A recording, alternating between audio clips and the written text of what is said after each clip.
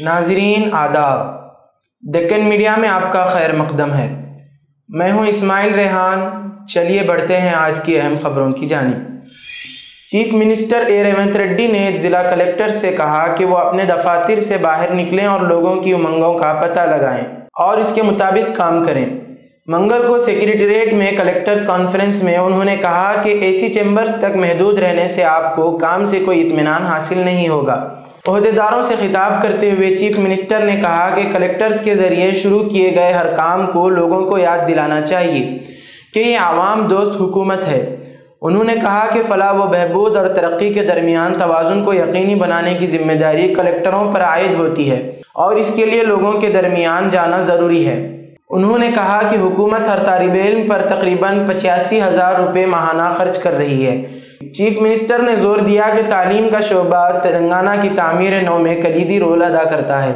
ریونت ریڈی نے کہا کہ تمام اقدامات کو یقینی بنانا چاہیے تاکہ تعلیم کے شعبے کی بدنامی نہ ہو۔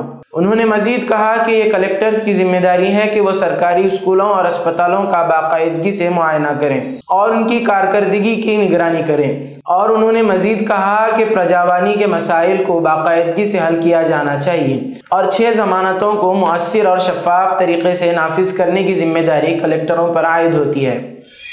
وکاس شیل انسان پارٹی کے سربراہ اور بہار حکومت کے سابق وزیر مکیش سہنی کے والد جتین سہنی کو دربھنگہ ضلع کے سپول بازار میں واقع ان کے آبائی گھر میں قتل کر دیا گیا ہے۔ گھر کے اندر سے مسخ شدہ لاش برآمد کی گئی ہے۔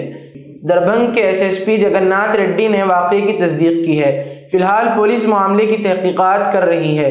رپورٹ کے مطابق جتین سہنی کی لاش مسخ شدہ حالت میں برآمد کی گئی ہے اور جسم پر زخموں کے بہت سے نشانات دکھائی دے رہے تھے۔ تصاویر کو دیکھ کر لگتا ہے کہ اس پر کئی بار چاقو سے حملہ کیا گیا ہے۔ تاہم قتل کیسے ہوا اور کیوں ہوا، پولیس کی طرف سے اس بارے میں کوئی سرکاری بیان سامنے نہیں آیا ہے۔ واقعے کے بعد چیف منسٹر نتیش کمار کی پارٹی جے ڈی یو نے رد عمل ظاہر کیا۔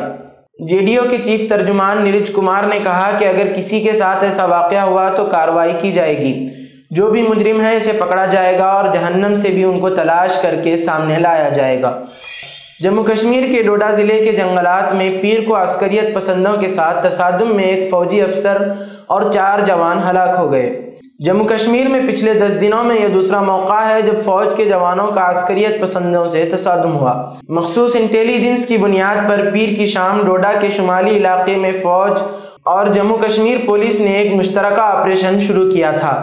پیر کی رات تقریباً 9 بجے فوج کے جوانوں کا عسکریت پسندوں سے سامنا ہوا، جس کے بعد شدید فائرنگ ہوئی۔ حکام نے بتایا کہ تصادم اس وقت شروع ہوا جب راشٹریہ رائفلز اور جموں کشمیر پولیس کے اسپیشل آپریشن گروپ کے جوانوں نے شام کے قریب 7:45 بجے جنگلات کے دھاری گوٹے اور آبگی میں مشترکہ محاصرے اور تلاشی کی کارروائی شروع کی۔ اتر پردیش کی یوگی حکومت کی جانب سے ریاست کے ہونہار طلباء کو اعزاز و انعام دیے جانے پر اب جانبداری کا الزام لگنے لگا ہے۔ سماجوادی پارٹی کے رکن پارلیمنٹ رما شنکر راج بھر نے یوگی حکومت سے اس ضمن میں سوال کیا ہے۔ انہوں نے پوچھا ہے کہ کیا ریاست میں ہونہار و ذہین طلباء صرف سنسکرت اسکولوں اور یو پی بورڈ کے اسکولوں میں ہی ہیں؟ مدرسوں میں ہونہار اور ذہین طلباء نہیں ہیں کیا؟ سب کا ساتھ سب کا وکاس کا نعرہ دینے والی حکومت نے مدرسہ بورڈ کے بچوں کو اعزاز و انعام کیوں نہیں دیا؟ سماجوادی پارٹی کے لیڈر نے مدرسوں کے ہونہار و ذہین بچوں کے متعلق سوال اٹھایا۔ انہوں نے حکومت کی توجہ مدارس کے طلباء کی طرف مبذول کرانے کی کوشش کی۔ انہوں نے کہا کہ مدرسوں میں پڑھنے والے طلباء بھی ہونہار اور ذہین ہوتے ہیں۔ اگر سنسکرت اسکولوں و یو پی بورڈ کے اسکولوں کے طلباء کو انعام و اعزاز دیا جا رہا ہے تو مدرسہ بورڈ کے طلباء نے کیا خطا کی ہے؟ کیا وہ ریاست کے نہیں ہیں؟ مہاراشٹر کے کولہاپور میں شرپسندوں کے ہجوم نے ایک مسجد پر حملہ کرتے ہوئے وہاں توڑ پھوڑ کی اور مذہبی نعرے لگاتے ہوئے قرآن مجید کے نسخے نظر آتش کر دیے۔ دائیں بازو کی تنظیمیں تاریخی وشال گڑھ قلعے کو غیر مجاز قبضوں سے پاک بنانے کی مہم چلا رہی ہیں۔ یہ مہم سمبھاجی راجیہ چھترپتی قبضے ہٹاؤ کے نام سے چلائی جا رہی ہے۔ سمبھاجی راجیہ چھترپتی شیواجی مہاراج کے وارثوں میں سے بتائے جاتے ہیں اور وہ سابق رکن راجیہ سبھا بھی ہیں۔ سمبھاجی راجیہ کی قیادت میں یہ مہم چلائی جا رہی ہے۔ انہوں نے کل ہجوم کے ساتھ قلعے کا دورہ کیا تھا، جس کے دوران ہجوم میں شامل لوگ تشدد پر اتر آئے۔ تاہم سمبھاجی نے اس بات سے صاف انکار کیا ہے کہ ان کے گروپ کا کوئی بھی رکن تشدد میں ملوث ہے۔ اس دوران ان کے گروپ کے ہی لوگوں نے کولہاپور کے گاجاپور گاؤں میں واقع رضا جامع مسجد پر حملہ کر دیا اور نعرے لگاتے ہوئے مسجد میں توڑ پھوڑ کی۔ مسجد میں موجود قرآن مجید کے نسخوں کو نظر آتش بھی کر دیا گیا۔ اس واقعے کی ایک ویڈیو سوشل میڈیا پر وائرل ہوئی ہے، جس میں لوگوں کی ایک بڑی تعداد مسجد کو نقصان پہنچاتے ہوئے نظر آ رہی ہے۔